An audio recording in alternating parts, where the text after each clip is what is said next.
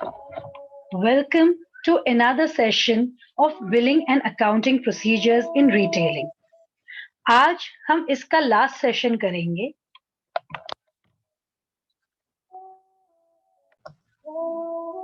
आज trading, profit and loss account और balance sheet की बात करेंगे। तो जैसे कि हम जानते हैं कि किसी भी बिजनेस में कितना सक्सेस मिल रहा है, कितना प्रॉफिटेबल है बिजनेस, वो देखने के लिए हम अकाउंट्स मेंटेन करते हैं।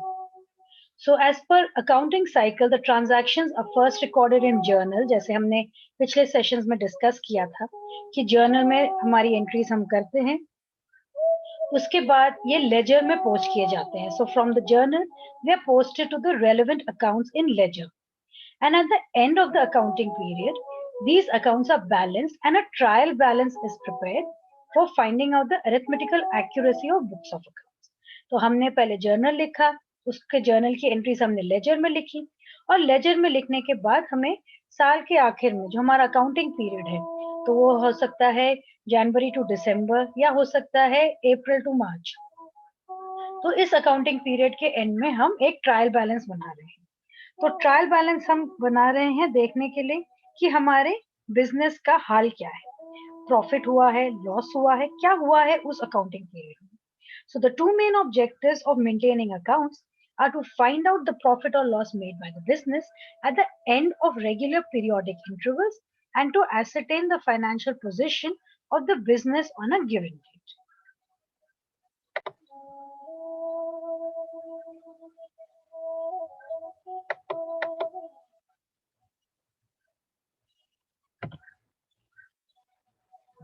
तो आपके रिटेल बिजनेस में आपको फाइनेंशियल स्टेटमेंट्स बनाने पड़ते हैं at the end of each accounting period.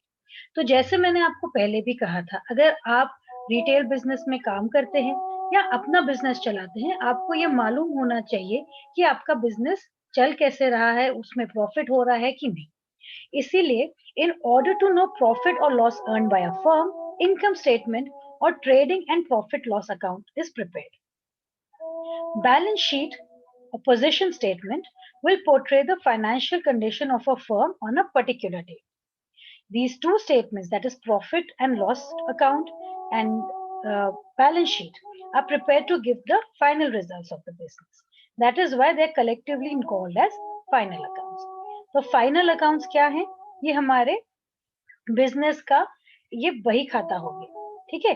तो यहाँ पे फाइनल अकाउंट्स में trading account, profit and loss account, balance sheet, ये मिला के हम कहते हैं ये फाइनल अकाउंट्स है। और बैलेंस शीट जो होता है आपका एक पर्टिकुलर डेट पे बनता है, वो कोई भी डेट हो सकता है।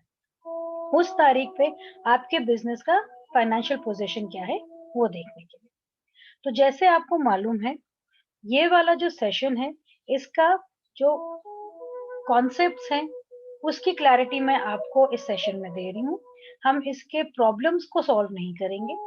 आपका जैसे इस बारी ये थियरी पोर्शन से हटके प्रैक्टिकल के पोर्शन में आ चुका है, आपको इसके बारे में जानकारी जरूरी है, इसको काम कैसे करना है, इस पे आप कैसे कर सकते हैं, अकाउंट्स कैसे बना सकते हैं, हम उस डिटेल में नहीं जाएंगे। तो डेफिनेशंस हम देख लेते हैं। Financial statements are prepared for the purpose of presenting a periodic report और review on the progress by the management and deal with the status of the investments in the business and results achieved during the period under review. तो हमने जो invest किया business में उसका क्या फायदा हुआ, क्या नुकसान हुआ, वो हम देखते हैं। तो ये मैनेजमेंट, ओनर्स, इंटरेस्टेड आउटसाइडर्स, इन सब के लिए जरूरी होता है फाइनल अकाउंट्स। तो ये अकाउंटिंग प्रोसेस के एंड में आता है, आपको एक कंसोलिडेटेड अकाउंटिंग इंफॉर्मेशन मिल जाती है अकाउंटिंग पीरियड की, और ये आपके सब्सिडियरी बुक्स और लेजर इन सब में आपकी एंट्री करी जाती है। तो दो बैलेंसेस हमारे बन सकते हैं ट्रायल बैलेंस में, डेबिट बैलेंस और क्रेडिट बैलेंस। तो फायदा हो रहा है, नुकसान हो रहा है, वो हमें यहाँ पे पता लगता है। तो डेबिट बैलेंस जैसे हमने बात करी थी, हमारे दो कॉलम्स रहते हैं। तो बैलेंस शीट के अगर एसेट साइड में आपके डेबिट बैलेंस आएंगे और यहाँ पे जो भी आपके एक्सपेंसेस एंड लॉसेस हैं वो डेबिट साइड में आएंगे ट्रेडिंग या profit and loss account. Credit balance जो होते हैं वो आपके लायबिलिटी साइड में आते हैं बैलेंस शीट के, और जो भी नॉमिनल अकाउंट्स होते हैं वो सब क्रेडिट किए जाते हैं हमारे trading and profit and loss account में।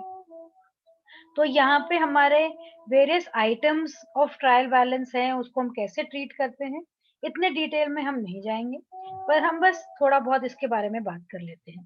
तो अगर अमाउंट डेबिट बैलेंस का बिजनेस को मिल सकता है तो वो एसेट है, और अगर वो हमने खर्च कर दिया है तो वो एक्सपेंडिचर है। जैसे आपने बिल्डिंग खरीदी, आपने फर्नीचर खरीदा, तो वो आप इस्तेमाल कर सकते हैं बार बार, पर आप जब किसी को पेमेंट करते हैं जैसे सैलरी का, रेंट का, तो वो तो आपने पे कर दिया, वो आपके बिजनेस में वापस इन्वेस्ट नहीं हो सकता।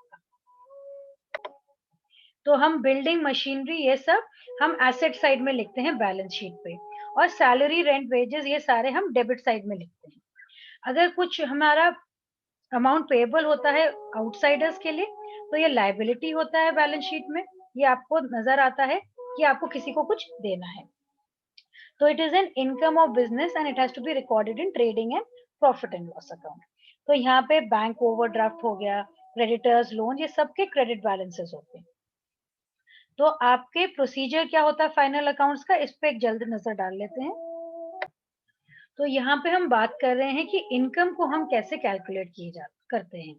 तो कॉस्ट ऑफ गुड्स सोल्ड या मर्चेंडाइजिंग कॉस्ट, इसका क्या ट्रीटमेंट होता है। तो कुछ भी अगर हम खर्चा कर रहे हैं जिसको हम प्रोडक्ट्स बेचना चाह रहे हैं, जैसे हमारा फ्रेट का खर्चा हो सकता है, जो सामान इधर से उधर आ रहा है, जो ट्रांसपोर्टेशन का कॉस्ट है, तो जो कॉस्ट ऑफ परचेजिंग गुड्स है, तो ये सब हम देखते हैं। अगर हमारा सेल्स हो रहा है तो हम ये कॉस्ट ऑफ गुड्स सोल्ड, हमारे पे जो खर्चा हो रहा है उसको हम सेल से हटा के अपना ट्रेडिंग प्रॉफिट में डालते हैं। एक्सपेंसेस ऑफ डूइंग बिजनेस जो है, उसमें जो भी हम खर्चा कर रहे हैं जैसे सैलरी, रेंट वगैरह, ये सब भी आप ग्रॉस प्रॉफिट से अलग करते हैं ताकि आपको नेट प्रॉफिट मिले। तो डिफरेंट टर्म्स हम देख लेते हैं।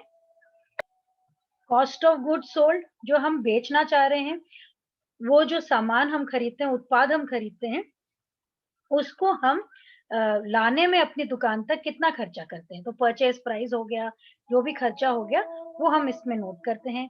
ऑपरेटिंग एक्सपेंसेस हो गए, वो खर्चे जो हमें बिजनेस को रोज चलाने के लिए चाहिए होता है। तो जैसे हमने आज बिजली का खर्चा हो गया, उसमें पानी का खर्चा हो गया, कुछ भी ऐसे जो भी खर्चा हो गया जो बिजनेस हमें रोज के रोज चलाने के लिए चाहिए, वो ऑपरेटिंग एक्सपेंसेस हो गए। ग्रॉस प्रॉफिट हो गया excess of sales over cost of goods sold.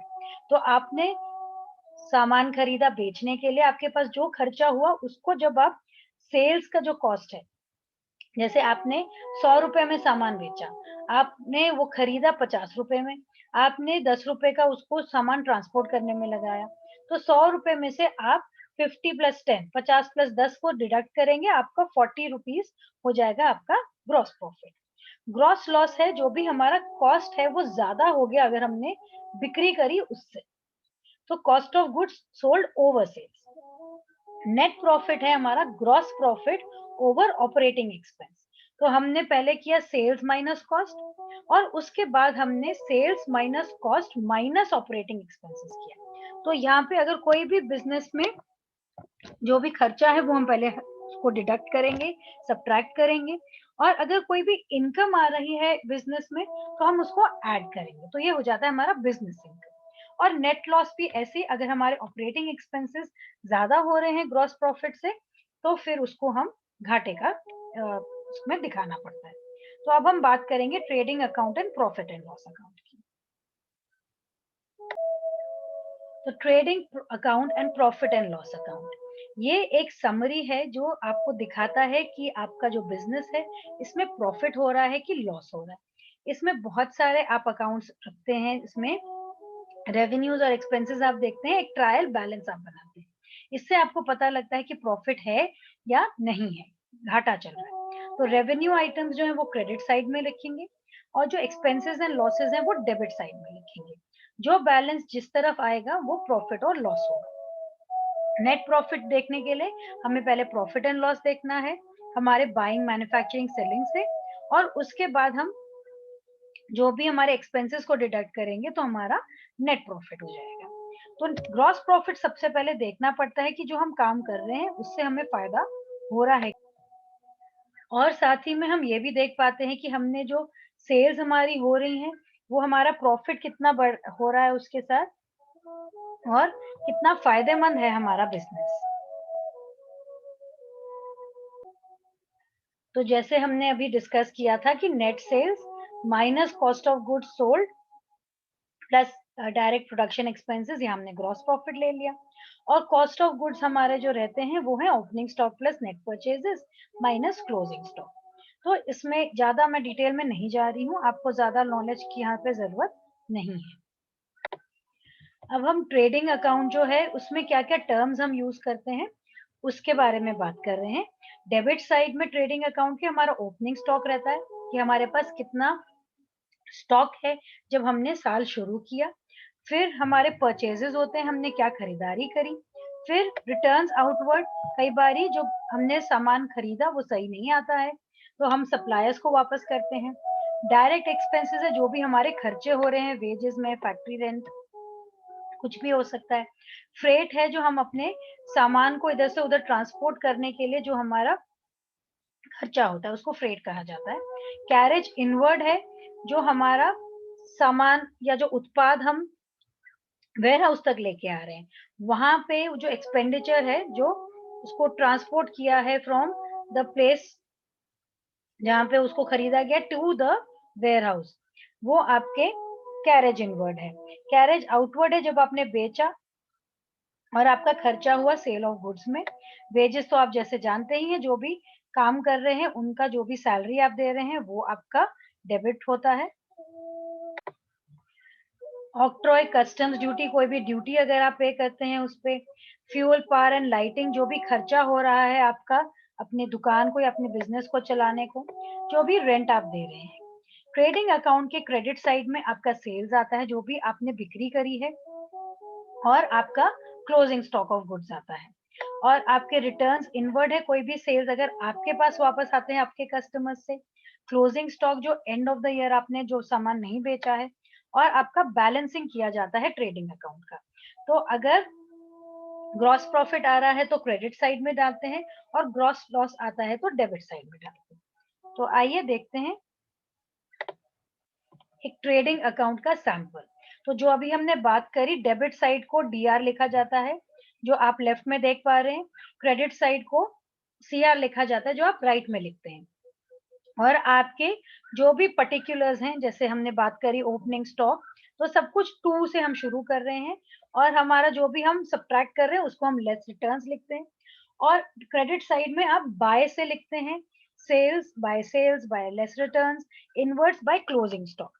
तो आपको बस इतनी जानकारी होनी जरूरी है कि ट्रेडिंग अकाउंट होता क्या है और उसमें क्या क्या आइटम्स हम डालते हैं। तो ये हमने जो अभी डिस्कस किया वो सारा आपका यहाँ पे आ गया। इसके बाद आपका यहाँ पे एक प्रैक्टिकल एग्जाम्पल है जहाँ पे आपको ये सॉल्व करने को दिया गया है। इसको हम आज नहीं करेंगे क्योंकि ये आपके कोर्स में नहीं है इस बार के। अब हम बात कर रहे हैं प्रॉफिट एंड लॉस अकाउंट की। ये आपका ग्रॉस प्रॉफिट वो रहता है जो आपका ट्रेडिंग अकाउंट से अभी हमने निकाला। So it is prepared to ascertain net profit earned or net loss sustained by the trader during the trading year. So all expenses and losses जो आपके ट्रांसफर नहीं हुए हैं वो डेबिट साइड में आपके डाल दिए जाते हैं। तो यहाँ पे मैं फिर ज्यादा डिटेल में नहीं जा रही हूँ, आप इसका देख सकते हैं फॉर्मेट क्या रहता है। Profit and loss account for the year, उसमें आप लिखते हैं कौन से ईयर का है, और आपका डेबिट साइड लेफ्ट में, क्रेडिट साइड राइट में, और आपके जो भी पर्टिकुलर्स हैं वो आप सारे लिखते हैं। जैसे आपका ग्रॉस लॉस आया तो डेबिट साइड में आया, आपके जो भी एक्सपेंसेस है वो आपने लिखे, और जो भी आपके क्रेडिट साइड में आएंगे वो आपको जो भी फायदा हो रहा है वो आप लिखेंगे यहाँ पे। ठीक है, फिर इसके बाद यहाँ पे जो भी टर्म्स हैं आप देख सकते हैं, ज्यादा डिटेल में जाने की जरूरत नहीं है। यहाँ पे आपका प्रॉफिट एंड लॉस का जैसे यहाँ पे इन्होंने पूरा फॉर्मेट दे रखा है। अब आप देखेंगे फिर से यहाँ पे एक एग्जांपल है, उसकी डिटेल में हम नहीं जाएंगे। तो हमने ट्रेडिंग अकाउंट बना लिया, वहां से हमें ग्रॉस प्रॉफिट नजर आ गया। फिर हमने प्रॉफिट एंड लॉस अकाउंट बनाया, यहाँ से हमें पता लग गया कि प्रॉफिट हो रहा है कि लॉस हो रहा है। कैसे पता लगता है ये? हमने लेफ्ट हैंड साइड का जो कॉलम है, राइट हैंड साइड का जो कॉलम है, दोनों हमने ऐड सब्ट्रैक्ट जो भी हमें आइटम्स के साथ करना है वो हमने कर लिया। और फिर हम देखेंगे कि कहाँ पे कम पड़ रहा है, अगर लेफ्ट हैंड साइड में कम पड़ रहा है कि राइट हैंड साइड में। बैलेंसिंग फिगर हमारी कहाँ पे आ रही है वो हम देखेंगे। तो अगर वो इस साइड आ रही है डेबिट साइड में, तो क्या होता है, हमें पता लग जाता है कि हमारा फायदा हो रहा है या नुकसान हो रहा है। क्रेडिट साइड में आ रहा है तो हमें पता लग जाता है फायदा हो रहा है कि नुकसान हो रहा है। तो जैसे कि इस एग्जाम्पल में आप देख सकते हैं, आपने ग्रॉस प्रॉफिट को क्रेडिट साइड में डाला, इंटरेस्ट आपने क्रेडिट साइड में डाला, और आपका जो भी खर्चे थे वो आपने डेबिट साइड में डाला। फिर भी डेबिट साइड आपका कम पड़ा तो आपने नेट प्रॉफिट डाला डेबिट साइड में। ठीक है, तो आपको अब प्रॉफिट पता चल गया जब आपका डेबिट साइड में आपका बैलेंसिंग फिगर आता है। तो यहाँ पे प्रॉफिट है 15,500, और क्रेडिट साइड में आया तो वैसे ही। अब हम बात कर रहे हैं बैलेंस शीट की। ये एक पर्टिकुलर डेट पे बनाया जाता है जो फाइनेंशियल पोजीशन दिखाता है पूरे फर्म की। तो फाइनेंशियल पोजीशन जो है वो इंडिकेट किया जाता है बाय एसेट्स एंड लायबिलिटीज। तो balance sheet shows the summary of assets and liabilities on a certain data, generally the last date of the accounting year. तो यहाँ पे एसेट्स एंड लायबिलिटीज हैं, पर ये स्टेटमेंट है। ठीक है, तो यहाँ पे लेफ्ट हैंड साइड को लायबिलिटीज कहा जाता है और राइट हैंड साइड को एसेट्स कहा जाता है। तो इसका फॉर्मेट देख लेते हैं कैसा होता है। तो बैलेंस शीट जो है, कैपिटल जो हमने खर्चा किया, रिजर्व्स एंड सरप्लस जो हमारे जो भी हमें पेमेंट करनी है वो लायबिलिटीज होगी, और एसेट्स हैं वो जो हमारे पास काफी टाइम तक हमें इनकम प्रोवाइड कर सकते हैं, जैसे फिक्स्ड एसेट्स हो गए, land and buildings, cash in hand. तो ये आपको बस फॉर्मेट के टर्म्स थोड़े बहुत मालूम होने चाहिए कि लायबिलिटी साइड एसेट साइड्स क्या होता है, और लायबिलिटी और एसेट साइड में आपको कौन सा आइटम आपको कहाँ पे लिखना है। फिर आपके इम्पोर्टेंट टर्म्स हैं बैलेंस शीट में कौन कौन से हैं, जैसे फिक्स्ड एसेट्स हो गया, आपके करंट एसेट्स। जो भी एसेट्स होते हैं वो होते हैं जो आप अगर उन्हें इस्तेमाल करें या बेचें तो आपको पैसा मिलेगा। ठीक है, तो आपको कैश अगर मिलता है, you can sell it also, तो वो एसेट्स होते हैं। लायबिलिटीज हैं जो आपको किसी को पेमेंट करनी है, और इंटेंजिबल एसेट्स हैं जो दिखते नहीं है, जिसको यूज नहीं कर सकते, जैसे आपके गुडविल हो गए, आपके पेटेंट्स हो गए। तो आप इसके जो टर्म्स हैं उससे बस फेमिलियर हो जाइए, कुछ ज्यादा डिटेल में जाने की जरूरत नहीं है। Again there is an example here which I am not discussing. ठीक है, तो यहाँ पे बैलेंस शीट बनी हुई है, आप फॉर्मेट देख सकते हैं। तो इसके साथ आपका ये वाला जो सेशन है वो खत्म होता है। ठीक है, और आप लोगों को हमने डिस्कस किया आज what is trading and profit and loss account, और कैरेज इनवर्ड कैरेज आउटवर्ड क्या हो रहा है, बैलेंस शीट के इंपॉर्टेंट टर्म्स क्या होते हैं।